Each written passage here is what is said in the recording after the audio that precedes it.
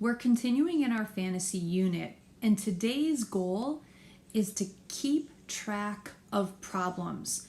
Now, you should be pretty well into your fantasy book by now. You may even have read many chapters, or you may have finished your first book and started into a second book. I want to talk to you a little bit about how problems can multiply. Have you ever set out to solve a problem and then it seemed like the problems just kept multiplying? Let me give you an example. I had a friend who rescued a kitten, and you can kind of see a little picture on the left of the kitten. Looks pretty rough. Well, shortly after my friend rescued the kitten ended up having very serious medical problems, and she had to take the kitten to the vet for an emergency procedure. Well, after the kitten finally made it home, turns out she was terribly allergic to the kitten. This example shows you how sometimes in a situation problems can multiply or they can become worse. As you tackle more complicated fantasy books, you're going to need to keep track of the problems. You're going to need to keep track of how the problems multiply and the problems that each character faces. Let me give you an example from the book Harry Potter and the Sorcerer's Stone. In the beginning of the book, Harry's mother dies. She's killed by Voldemort's dark magic. And then shortly after that, Harry is left on the doorstep of his aunt and uncle's house. Harry ends up being given a bedroom that is actually a closet under the stairs, and he's mistreated by his aunt and his uncle. Later in the story, when he begins to receive an invitation to Hogwarts on his 11th birthday, his uncle destroys the invitations. He rips them and burns them so that Harry cannot open it. This is an example of how in a story like Harry Potter, the problems multiply, they get worse, and we can keep track of them in a way that you see on your screen. You can also keep track of problems using a timeline. Take a look at this example. Here you can see that we've drawn a straight line down the middle of the page, and then using the places above and below the line, you can jot down the problems and the characters that are involved and provide some details from the text as to what those problems are. You can also keep track of problems using a chart like this, where you have a separate piece for each character. So on the far left, you might jot a character's name and then explain their problem and give some details from the text. And then so forth. There's one in the middle and one on the right, where you can explain different characters and their problems. Now keep in mind, only some problems are eventually resolved, and other problems may change. Your assignment today is to choose a chart or a timeline. Now, if you look at the options on the far right of your screen, you'll see option 1 says keeping track of problems using a timeline. You may choose to jot the problems in your fantasy book using a timeline like that. Or you may choose option 2, where you include some pictures or maybe even some sketches. And then beneath that, a description of the problem and how it changes or how it multiplies or how it gets worse.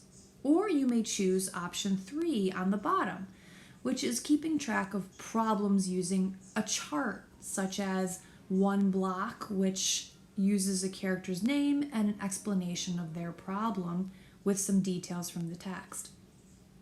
You're going to do this work on a piece of paper or in your notebook, and then you're going to submit a picture of how you have tracked the problems in your fantasy book. Make sure you send me a picture of that.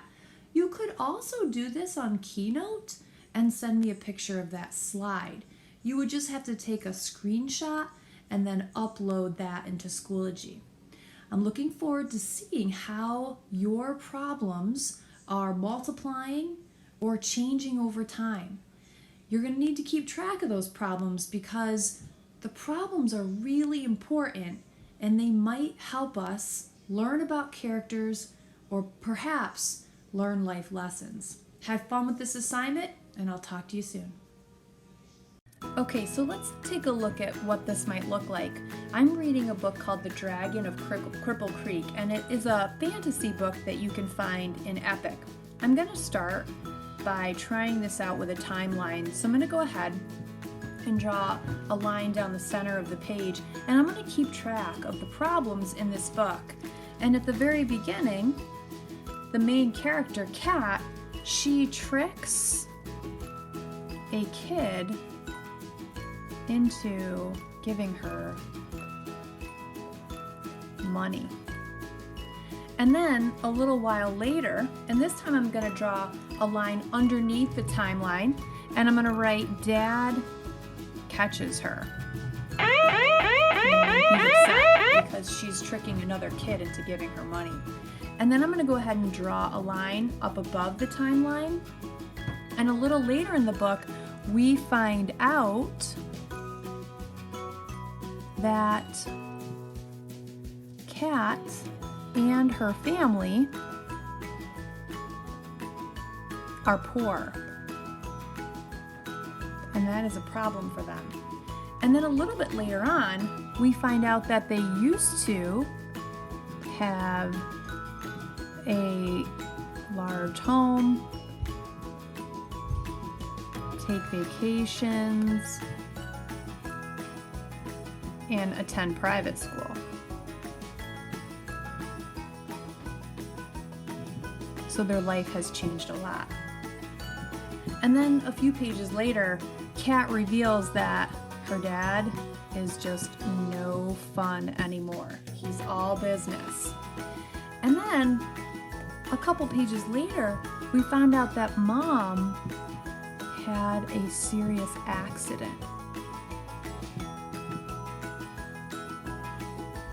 And a little while after that, Kat wanders off in the gold mine that they are in.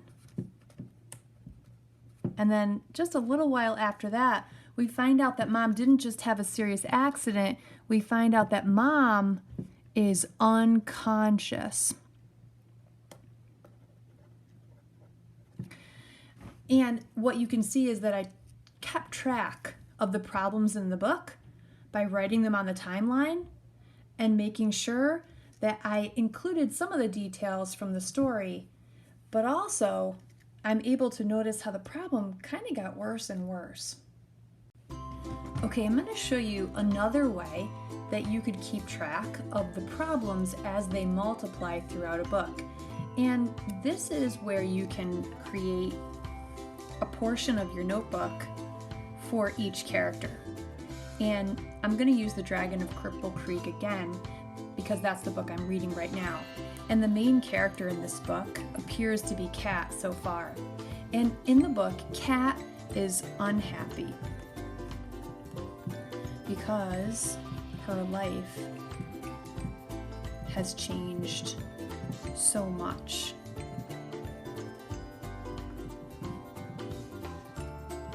She also tricks other people for money, and her family is struggling and trying to earn money. We also have Dad, and he's a major character so far as well. So I'm going to go ahead and create a piece of my notebook for Dad. Now Dad has other problems. Dad is trying to keep the family going by getting a new job.